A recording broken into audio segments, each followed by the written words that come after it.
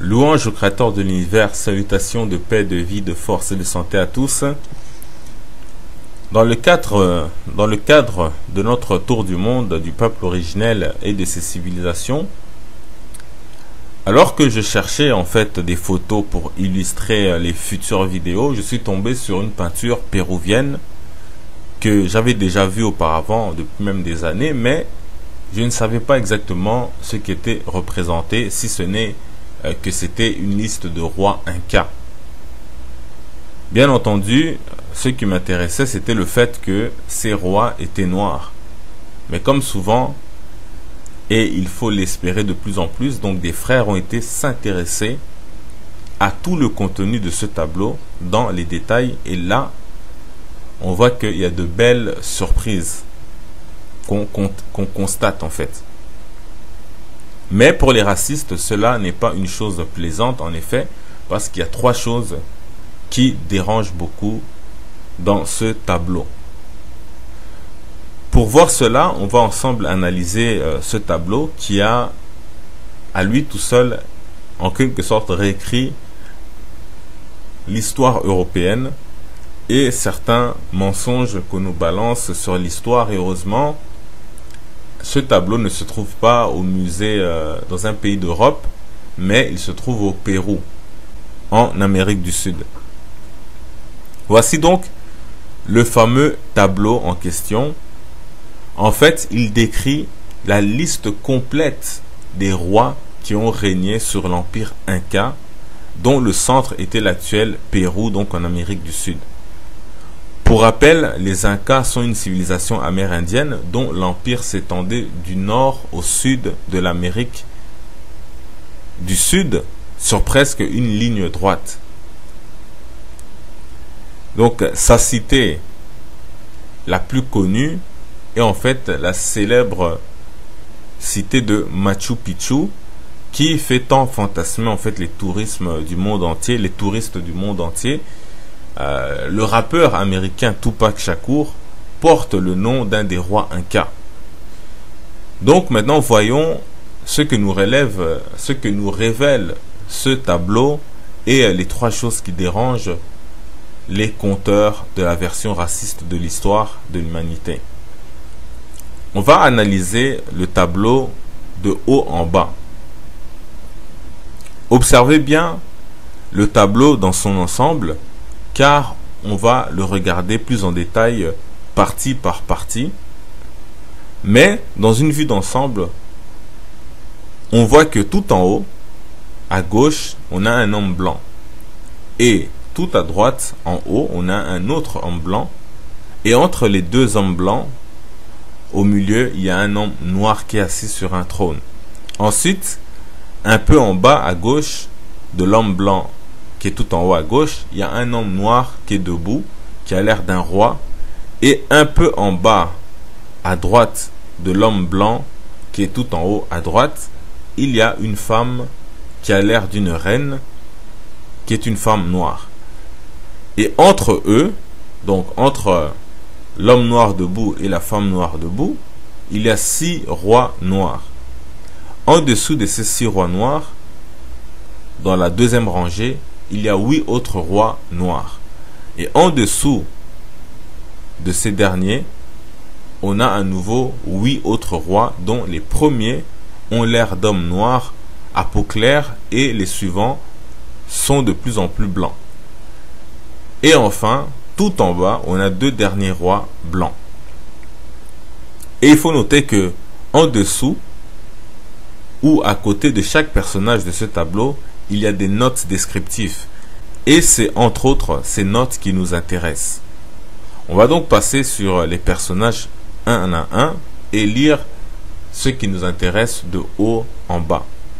Donc tout d'abord, le personnage blanc tout en haut, à gauche, on nous révèle qu'il s'agit du conquérant ou conquistador diabolique Francisco Pizarro, l'homme européen en fait qui a détruit l'empire Inca. C'était un barbare comme les Christophe Colomb et bien d'autres. D'ailleurs, en fait, il paraît que à l'époque, l'Amérique du Sud était peuplée de 80 millions d'habitants en l'an 1500 et ils ne seront plus que 10 millions à peine 50 ans plus tard. Bien que, à mon avis, la réalité est encore beaucoup pire, bien pire que cela. Mais bon, ça c'est ce qu'on nous dit. Donc en dessous de Francisco Pizarro, on trouve son nom, que j'ai presque entouré en rouge. On nous fait comprendre que ce tableau, en fait, encore en dessous, dresse la liste des rois incas. Donc j'ai souligné en rouge, il y a écrit quelque chose comme Los Incas ou Incas aux Reyes del Pérou. Donc apparemment les rois incas du Pérou. Ensuite, par rapport à l'autre homme blanc qui est tout en haut à droite, on nous dit que c'est Diego de Almagro, qui était l'autre conquistador, donc l'associé de Pizarro pour la conquête de l'empire inca, mais ils finiront par s'entretuer. Et en dessous, en fait, il y a écrit, souligné en rouge, Los Católicos Augusto Reyes de Castilla. Donc, les augustes rois catholiques de Castille, si je ne me trompe pas, et Castille, c'est en fait en Espagne, c'est donc ceux qui ont régné sur l'empire inca, qui deviendra le Pérou, après la chute des rois incas. Donc ce sont ces rois-là espagnols qui ont régné. Et tout en bas, il est écrit que Dieu garde, donc que Dieu les garde probablement.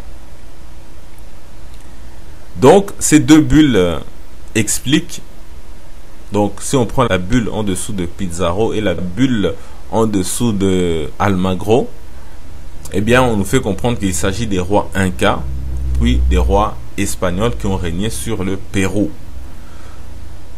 Ensuite, maintenant on passe à l'homme noir, qui est au centre, entre donc ces deux hommes blancs, et qui est assis sur un trône, et je crois que vous l'aurez deviné, n'est autre que une représentation du Christ. Et ça, c'est la première chose qui dérange fort sur ce tableau pour le système raciste. La deuxième chose de trop qui dérange est que tous les rois incas, sans exception, sont représentés en hommes noirs. Alors que comme vous voyez, si vous tapez roi inca sur Google, vous tomberez sur des images comme celle-ci, avec des rois qui sont soit blancs, soit basanés, mais quasi jamais des noirs. Or, on voit que tous étaient noirs du premier au dernier. D'ailleurs, le premier roi, qui est le roi fondateur, est celui qui est tout à gauche debout. Remarquez aussi que tous les rois incas portent des couronnes et des bâtons en or. Ainsi, si on revient donc sur le premier roi qui est debout, sous ses pieds, il est écrit donc son nom, Manco Capac, Yinga ou Yinka, suivi du chiffre 1, donc il est le premier roi inca. Tout à droite, on a la femme noire debout, qui n'est autre que sa sœur Mama Huanco, qui est donc la cofondatrice de l'empire inca. Entre ces deux-là, donc le fondateur et la fondatrice, on a 6 rois incas, qui commencent donc du numéro 2, après le premier qui est debout, au 7e roi. Puis en dessous, on a une nouvelle rangée de 7 rois incas. Au numéro 9, on constate qu'on a Pachacutec, donc qui est le bâtisseur de la cité célèbre de Machu Picchu. Et on a aussi Tupac, qui lui est le 11e roi inca. Et ainsi de suite, donc jusqu'au dernier roi inca qui est le 14e, à savoir Atahualpa. Et l'on s'attend ensuite, puisque c'est le dernier roi inca, à voir par la suite des rois blancs, espagnols, etc. Puisque c'est eux qui ont conquis l'empire inca. Eh bien non, stupéfaction, surprise, c'est un roi noir. Et pas n'importe quel roi. Pas juste un simple roi d'Espagne. Mais on a ni plus ni moins que l'un des plus grands rois, l'un des plus puissants rois de l'histoire de l'Europe. Donc il s'agit de Carlos Quento, comme il est écrit, ou Quento. il est en fait plus connu sous le nom de Charles Quint, ce qui veut dire Charles V ou en allemand Karl. Pour ceux qui ne le connaissent pas, en fait, il se trouve qu'il est l'empereur du nommé Saint-Empire romain germanique.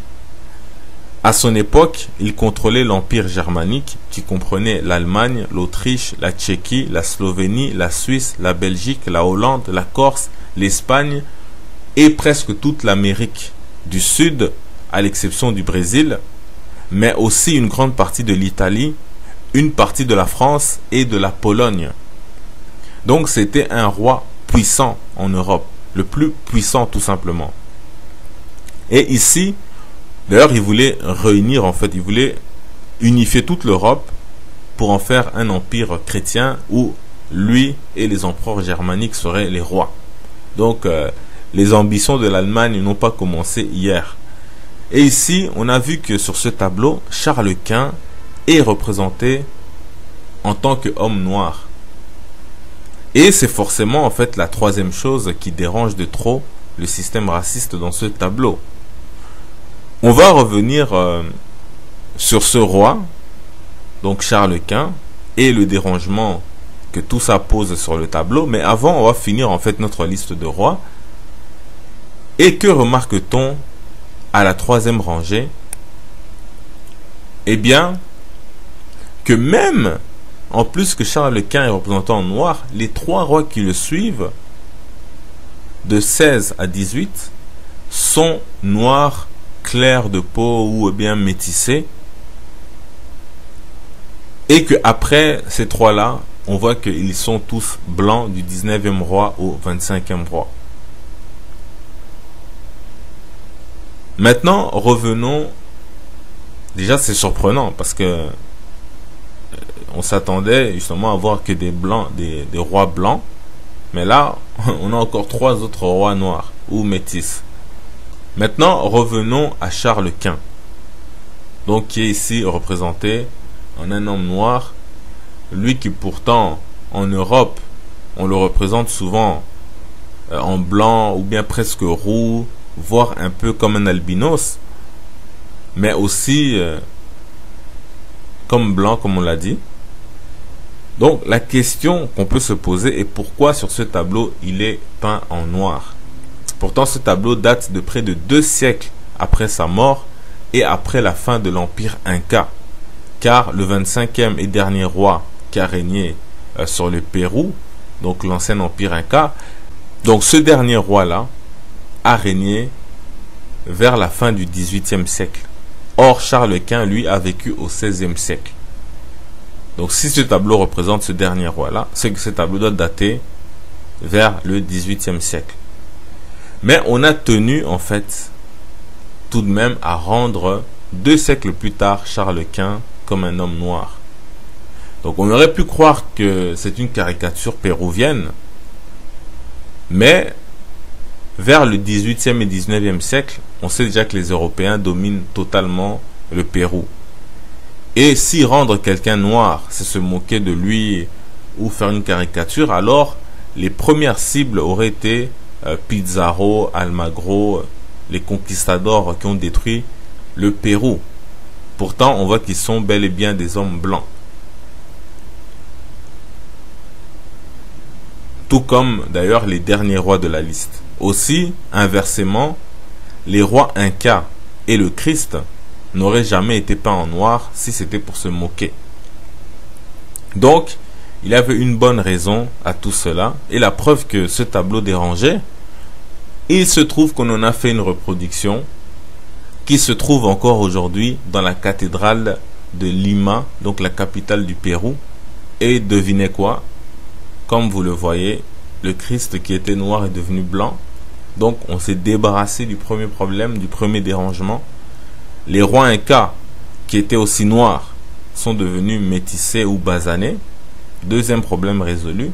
Et enfin, Charles Quint lui-même et les trois rois noirs qui le suivaient sont aussi devenus totalement blancs. Et voilà donc que le système raciste peut respirer et bien dormir. Surtout que l'original donc du tableau avec les noirs, etc., se trouve dans un musée où les gens ne vont peut-être qu'une fois dans leur vie, si déjà ils s'intéressent à l'histoire, etc.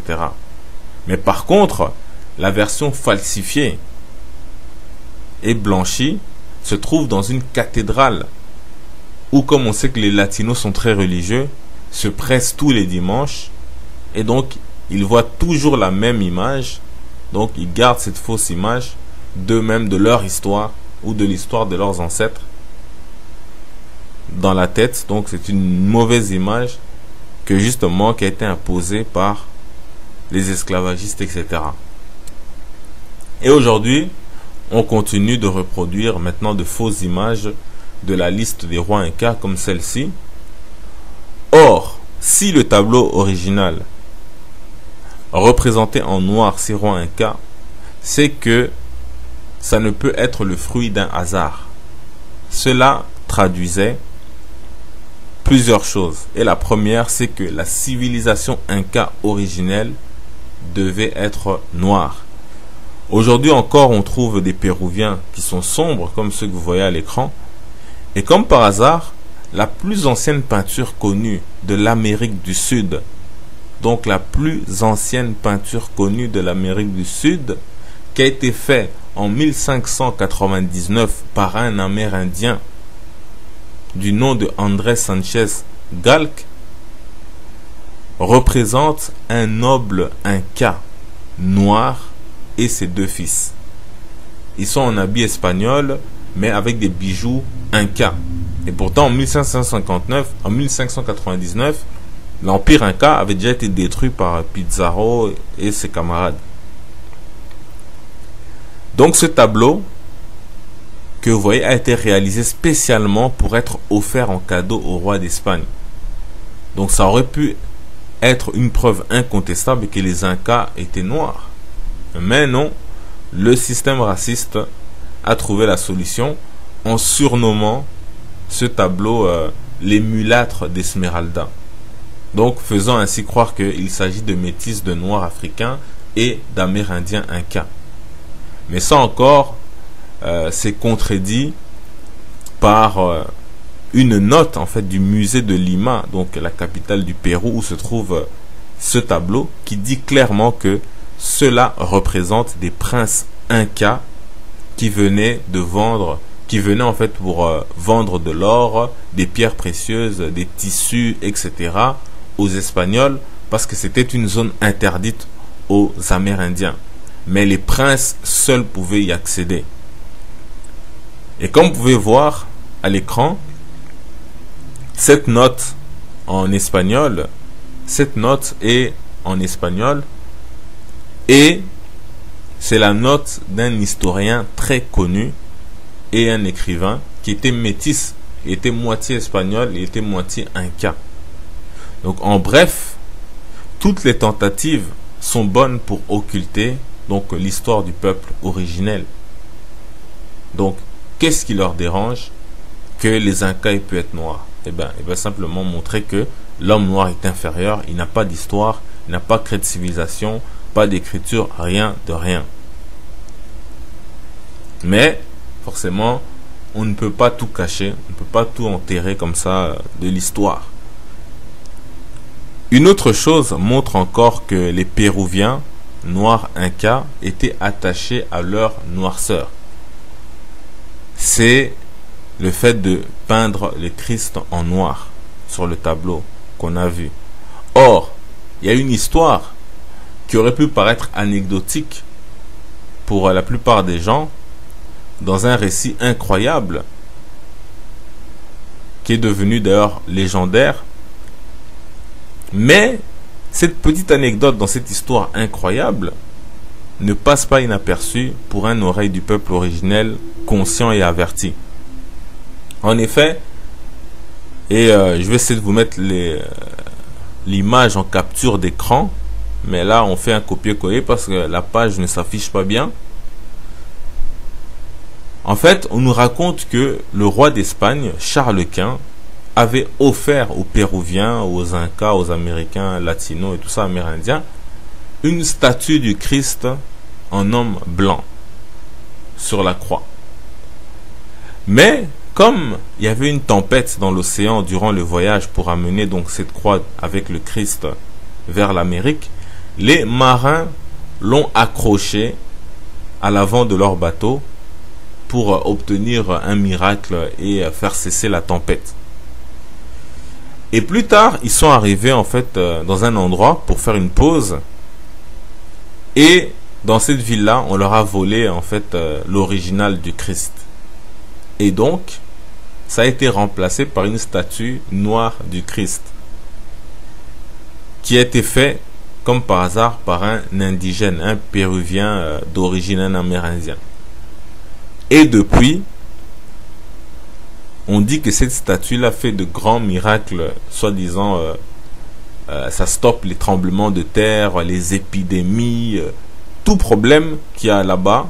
On prend cette statue du Christ noir, qui est vénérée maintenant depuis près de 400 ans, et on la trimballe comme ça à travers toute la ville pour faire cesser les maladies, les guerres ou tout ce qu'on veut. Et depuis 400 ans, chaque année, on la sort, etc. Et c'est des dizaines de milliers qui viennent même du monde entier, de toute l'Amérique latine, qui vénèrent cette statue. Certes, c'est de l'idolâtrie, mais c'est pour la petite histoire. Et cette histoire, en fait, comme on a dit, passerait pour n'importe qui inaperçu. Mais chez nous, directement, automatiquement, on se pose la question, pourquoi un Péruvien, comme par hasard, ferait une statue du Christ en noir, alors qu'on dit que Charles Quint va envoyer une statue blanche. Surtout que les Péruviens le considèrent comme un cadeau, justement, ce Christ blanc-là, de l'empereur Charles Quint, que eux-mêmes, au demeurant, plus tard, vont peindre en noir. Et ils reçoivent un cadeau blanc. Pourquoi on le remplace par un Christ blanc directement? Est-ce que dans toute la ville, il n'y a pas de Christ blanc pour qu'on fasse un remplacement par un Christ noir?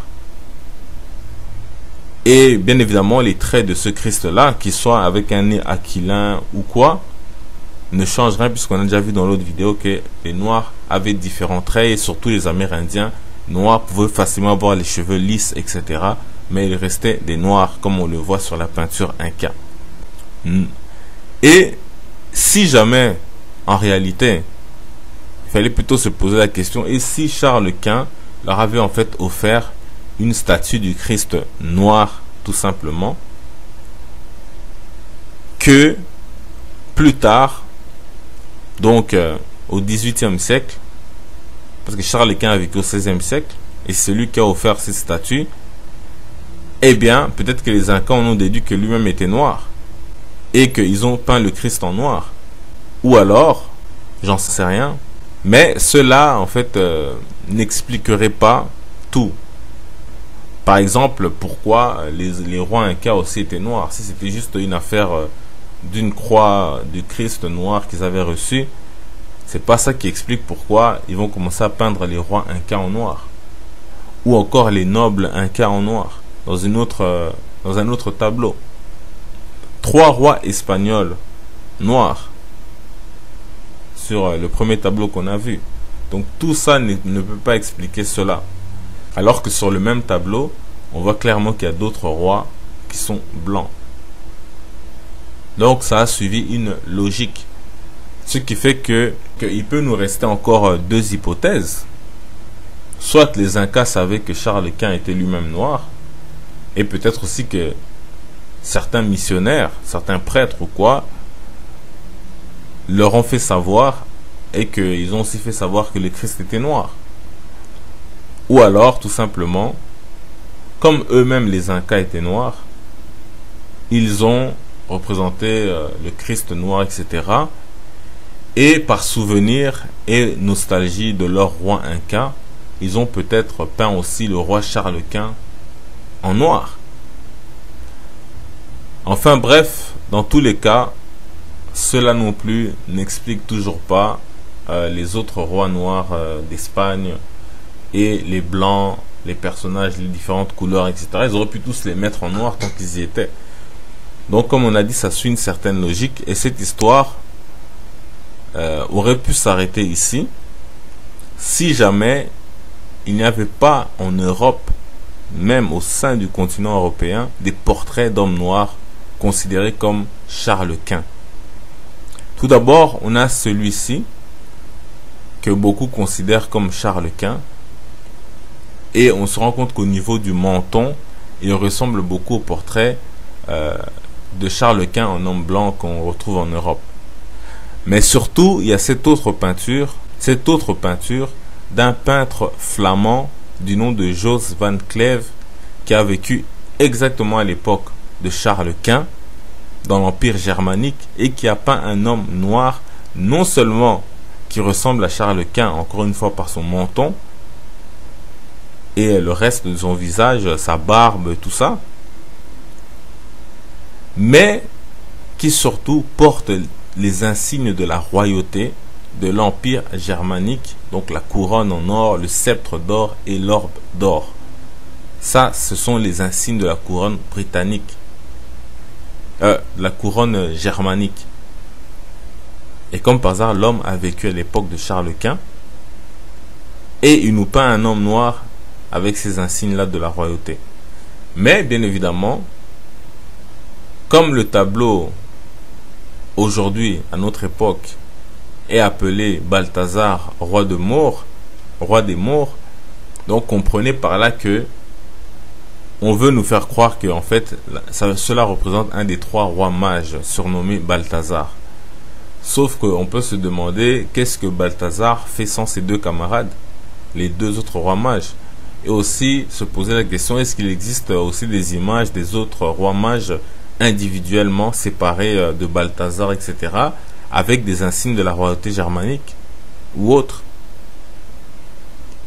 Enfin bref, on a aussi cette pièce de monnaie qui date du temps de Charles Quint et qui est datée de l'année 1537 à Wittenberg, en Allemagne. On y voit un homme noir, cheveux crépus, et il se trouve que Charles Quint a régné de 1519 à 1558. Donc entre les deux, on a 1537.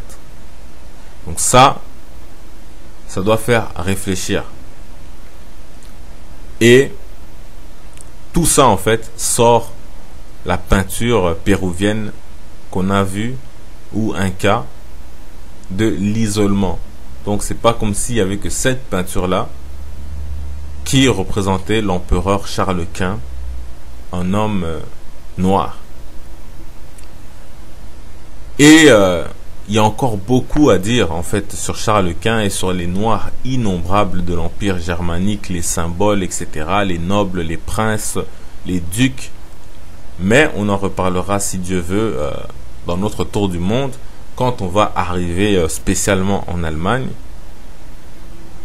Cette vidéo-ci était spéciale, donc à cause de ce tableau qui m'a un peu surpris lorsque j'ai découvert ces détails, parce que le tableau, comme j'ai dit, je le connaissais déjà depuis un certain temps, mais avec tout ce qui est autour de l'Empire germanique que je connaissais aussi. Donc ce tableau sort de l'isolement. Et on peut aussi se poser une certaine question en se disant que il se trouve que Charles Quint est celui qui a fait cesser, en fait, la conquête de l'Amérique du Sud, parce que justement on lui avait rapporté qu'il y avait trop de crimes, trop de meurtres, de massacres, de génocides, etc., et qu'il avait convoqué la conférence de Valladolid en Espagne, où il se trouve que on a statué finalement qu'il fallait pas génocider les Amérindiens parce que ils étaient des êtres humains, ils avaient une âme, etc. Donc c'était tout un débat qui a duré très longtemps, presque une année si je me souviens bien. Et ils ont fini enfin par reconnaître que les Amérindiens étaient égaux aux Européens, qu'il fallait les christianiser et non pas les exterminer. Et c'est ce qui, aujourd'hui, entre autres, on nous dit qui explique que, voilà, il y a beaucoup plus d'Amérindiens, notamment, justement, en terre Inca, le Pérou, la Bolivie, etc., où ils sont même majoritaires. En Équateur, on en a beaucoup, dans toutes ces régions-là, qui étaient contrôlées par Charles Quint. Et le problème, c'est que cette conférence, puisqu'on avait cessé, soi-disant, l'esclavage des Amérindiens, de les massacrer, etc., alors qu'en 50 ans, ils avaient quand même réussi à exterminer plus de 70 millions. Et ils avaient laissé que 10 millions. Et c'est peut-être là qu'ils ont commencé à discuter de tous ces massacres et à arrêter. Mais c'est aussi là qu'ils se sont retournés vers les Africains. Que eux, ils n'avaient pas d'âme, qu'on pouvait les prendre en esclavage en Afrique, cadeaux gratuits, etc. Bien évidemment, il faut préciser que si Charles Quint était noir, il n'aurait pas pu accepter de dire que les Noirs n'avaient pas d'âme, étaient inférieurs, etc., etc. Sauf que on a bien vu sur le tableau un cas que les Pizarro, les Almagro, etc., c'était des blancs.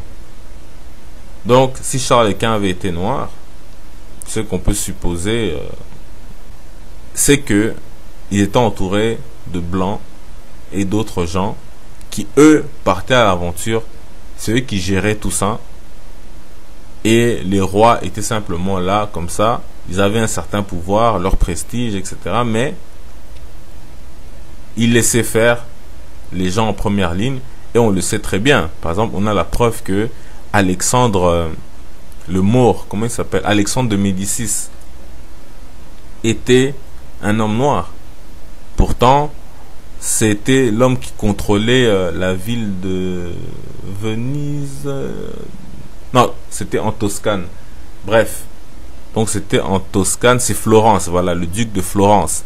Donc lui, Alexandre de Médicis, ben, tout le monde sait que les armateurs, ceux qui fabriquent les bateaux, les commerçants d'esclaves, etc., etc., c'était dans ces endroits-là, Venise, etc., en Italie. Pourtant, lui était le chef, mais on est en pleine période de racisme terrible sur les Noirs. Et en même temps, on a des Noirs en Europe, tout comme aujourd'hui, on a des Noirs en Afrique, mais qui oppriment les Africains pour les intérêts étrangers, etc.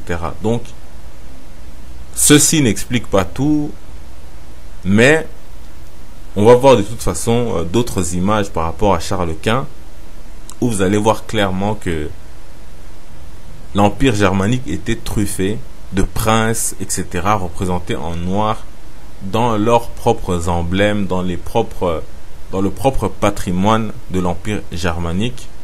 Mais c'est pour une autre vidéo. Paix et force et santé en salutations.